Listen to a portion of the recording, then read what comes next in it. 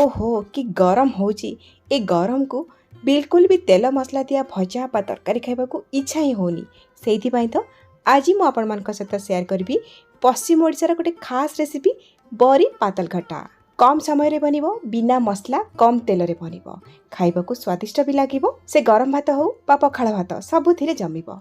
नमस्कार, लता ओडिया किचन रे आपण समस्तंकु अनेक अनेक स्वागत।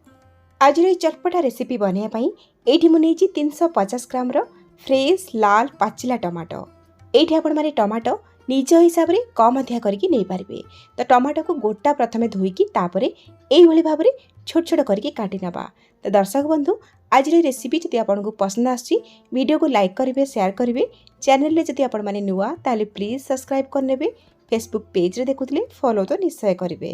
तो ये देखो टमाटो को छोट छोट कर काटी नहीं आपको रखा साइड रे जीवा नेक्स्ट स्टेप को एपटे देखो फ्लेम ऑन करके बसई गोटे कड़े गरम है से 20 ରୁ 25टा देची मु बिरी बड़ी एठी मु प्लेन बिरी बड़ी नहीं आपण माने चाहिले कखारु बड़ी नहीं पारिबे नहीं तो मसला दिया बिरी बड़ी मध्य नहीं पारिबे।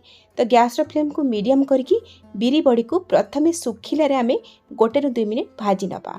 टिके तबले ये ड्राई रोस्ट हे जिवो तापर एथरे आमे 1 ରୁ 2 चम्मच तेल देकी लाल हैला पर्यंत चारि साइड रो आमे भाजी नबा।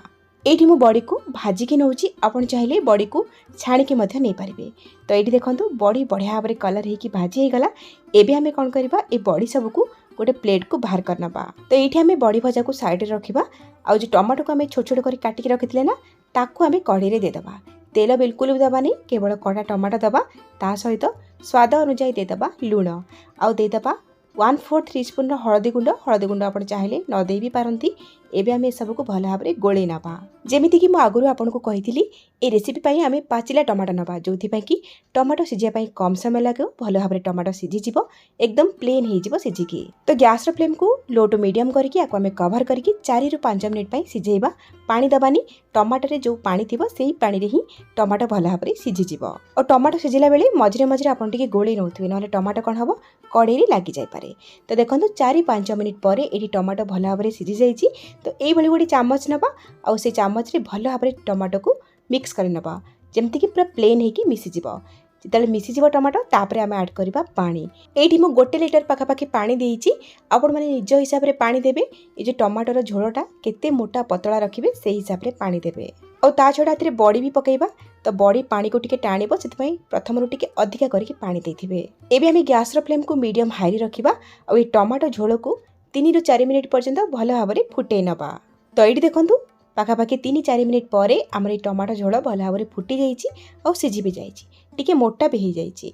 एबे कौन करबा ये जो टमाटो झोल को आउ गोटे जगह को शिफ्ट कर नबा और से सेम कड़ी मु नेइची फ्लेम ऑन करके सेतिर आमे दबा गोटे छोट चामच सोरिष तेल देबे, टेस्ट भल आसीबो। आ गोटे छोट चामच दबा पंच फुटण भल भाव में फुटीगला पर आमे दबा गोटे बड़ चामच दरचेचा कर रखिथिबा रसुण टिके अधिका पड़िबो, फ्लेवर भल आसीबो, टेस्ट भी भल आसीबो। तो फ्लेम को मीडियम करके रसुण को आमे किछि सेकेंड पई भाजी नबा। टिके भाजी गला पर दबा 3-4टा सुखिला लंका, दबा किछि भुरसुंग पत्र, 4-5टा कटा हेतिबा कंचा लंका और गोटे मीडियम साइज रो लंबा लंबा करी काटी रखिथिबा पियाज।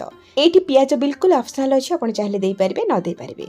तो सेही मीडियम फ्लेम रे ए सब को आमे अल्प किछि समय पई भाजी नबा जेमति ए सब रो कलर टिके खाली चेंज हेबो, अधिक पोड़ी की भाजीबा दरकार नाही। तो एथिरु बासना गोटे आसे जिवो और हल्का टिके कलर चेंज हे जिवो।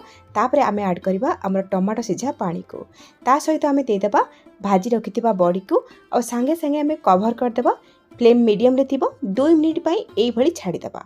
एई भली संगे संगे कवर कर देले कोन हबो जहां भी हमर फुटणर फ्लेवरटा भीतर ही रहिबो, बाहर को आसीबनी। पाखापाखि 2 ରୁ 3 मिनिट परे मु आपन को देखौची एटी कवर काढी की एठी देखंतु बड़ी भल भाव में सिझी जाइए और फुली भी जाइए। सब बेले बड़ी सिझी थिबो और गोटा गोटा हेकी थिबो सेमती ही रखिबे, खाइबा को भल लागिबो, देखिबा को भी भल लागिबो। तो एठी आपण माने देखि पारुथिबे ए टमाटो झोलर कंसिस्टेंसी ना बेसी मोटा ना बेसी पतला मीडियम रखिछि, जहा को आपण माने पखाळ भातरी भी खाइ परिबे, बहुत बढ़िया लागिबो। ए रेसिपी बने पई कोनोसी मसलार दरकार पड़िबोनी। जदि आपण पाखरे धनिया पत्र थिबो काटी टिके ए स्टेज रे पकई पारिबे। एबे आमे गैस रो फ्लेम को ऑफ कर देबा। रेडी हे गला एठी हमर बड़ी पातल घंटा बा टमाटो दिया बड़ी फुला। एई भली भाव में निश्चय थरे बनै खाई देखंतु, आपन को पसंद आसीबो। बनांतु केमती लागिला आपन को अनुभूति मो सहित शेयर करंतु। ताले आजि पई रहउची पुणी आसीबी आ गोटे नुवा रेसिपी नै की। सेही पर्यंत रहिली नमस्कार, बाय। ଜୟ ଜଗନ୍ନାଥ।